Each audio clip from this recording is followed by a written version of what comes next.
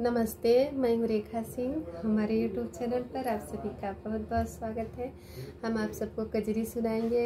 ये कजरी उस समय का है।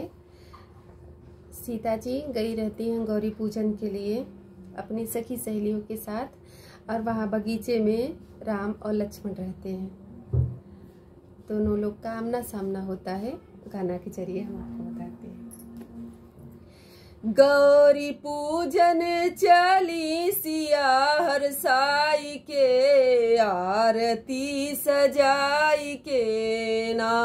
गौरी पूजन चली सिया हर साई के, आरती सजाई के ना।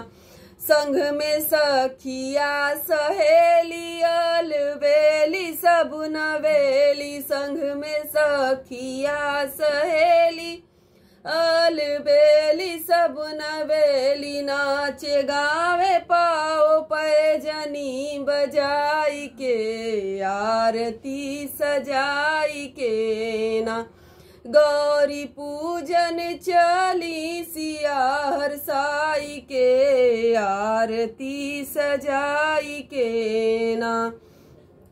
करके गौरा जी का ध्यान सिया किया है पयान, करके गौरा जी का ध्यान सिया किया है पयान। राम जी की छवि में बसाई के, आरती सजाई के ना। गौरी पूजन चली सिया हर साई के, आरती सजाई के ना।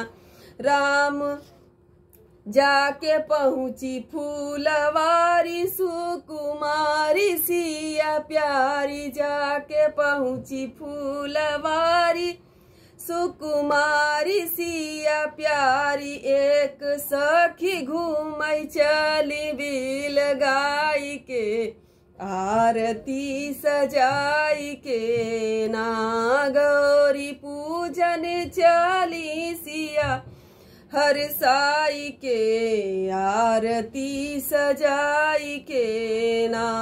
उतराम लखन फूल लोरई मन मगन, उतराम लखन फूल लोरई मन मगन। बनी बावरी नजरिया लड़ाई के, आरती सजाई के ना। गौरी पूजन चली सिया हर साई के, आरती सजाई के ना। जैसे चंद्र और चकोर भई प्रेम में विभोर, जैसे चंद्र और चकोर भई प्रेम में विभोर। प्यार सिंधु बीच डुबकी लगाई के, आरती सजाई के ना। गौरी पूजन चली सिया हर साई के, आरती सजाई के ना। सखी सुघर सलोना फूल लोरली है दोना, सखी सुघर सलोना फूल लोरली है दोना। चली सिया जी के साथ में लियाई के, आरती सजाई के ना। गौरी पूजन चली सिया हर साई के, आरती सजाई के ना। सिया राम के निहारी राम सिया छबिवारी, सिया राम के निहारी राम सिया छबिवारी। भवन बीच चली हो भवन चली मातु गिरजा मनाई के, आरती सजाई के ना।